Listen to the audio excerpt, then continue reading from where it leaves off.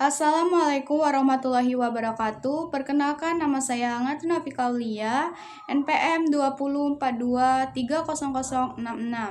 Saya dari kelas 4C Prodi PGSD. Di sini saya ingin membuat tugas yang berjudul yaitu Elemen Kurikulum 2013 dan Elemen Kurikulum Merdeka. Di sini saya akan menjelaskan ada 3, yaitu standar kompetensi lulusan atau SKL, yang kedua yaitu standar isi, dan yang ketiga yaitu zonasi dan domisilin. Baiklah, di sini saya akan menjelaskan tentang elemen kurikulum 2013.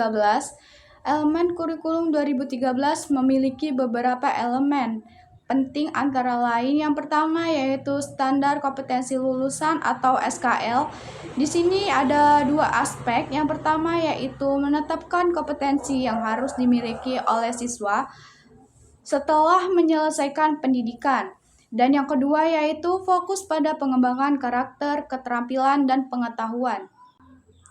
Dan yang kedua yaitu standar isi atau SI. Standar isi atau SI ini terbagi menjadi 2 aspek, yaitu menyediakan kerangka materi ajar yang harus diajarkan di setiap jenjang pendidikan. Dan yang selanjutnya yaitu mengintegrasikan berbagai disiplin ilmu untuk menciptakan pembelajaran yang tematik dan kontekstual. Dan yang ketiga yaitu standar proses. Dan yang ketiga yaitu standar proses. Standar proses tersebut ada 2 aspek, yaitu yang pertama mengatur metode dan pendekatan pembelajaran yang harus diterapkan oleh guru.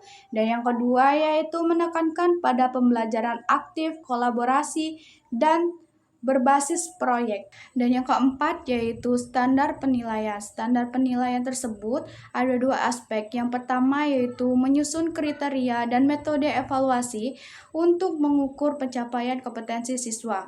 Dan yang kedua yaitu menggunakan penilaian formatik dan sumatik untuk memberikan umpan balik yang konstruktif. Dan yang selanjutnya yaitu ada zonasi dan domisilin. Dalam konteks pendidikan di Indonesia, istilah zonasi dan domisilin memiliki makna yang spesifik dan berkaitan dengan penerimaan peserta didik baru atau dengan PPDB.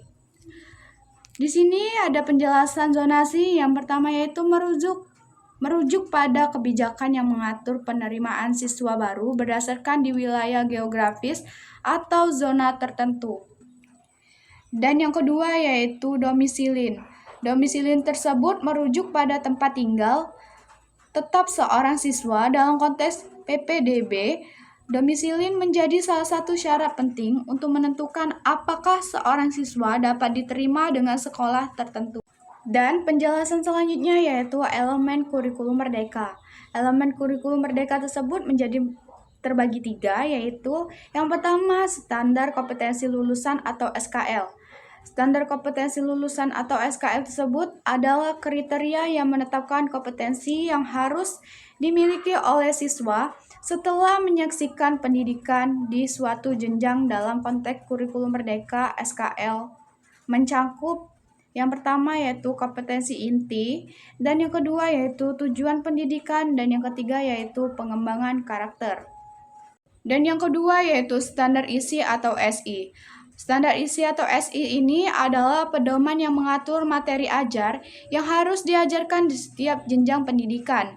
Dalam kurikulum merdeka ini, elemen ini mencakup ada 3, yaitu kurikulum yang fleksibel, yang kedua yaitu integrasi disiplin ilmu, dan yang ketiga yaitu kesesuaian dengan perkembangan. Zonasi dan domisilin. Zonasi dan domisilin ini adalah 2 elemen yang berkaitan dengan penerimaan peserta didik baru atau PPDB dalam konteks kurikulum merdeka. Elemen ini mencakup 2 aspek, yaitu yang pertama, zonasi kebijakan yang mengatur penerimaan siswa baru berdasarkan wilayah geografis atau zona tertentu. Dan yang kedua yaitu domisilin merujuk pada tempat tinggal tetap seorang siswa. Dalam proses PPDB, domisilin menjadi salah satu syarat penting untuk menentukan apakah seorang siswa dapat diterima di sekolah tertentu. Baiklah, itu saja penyampaian dari saya. Semoga bermanfaat bagi kita semua. Saya akhiri, wassalamualaikum warahmatullahi wabarakatuh.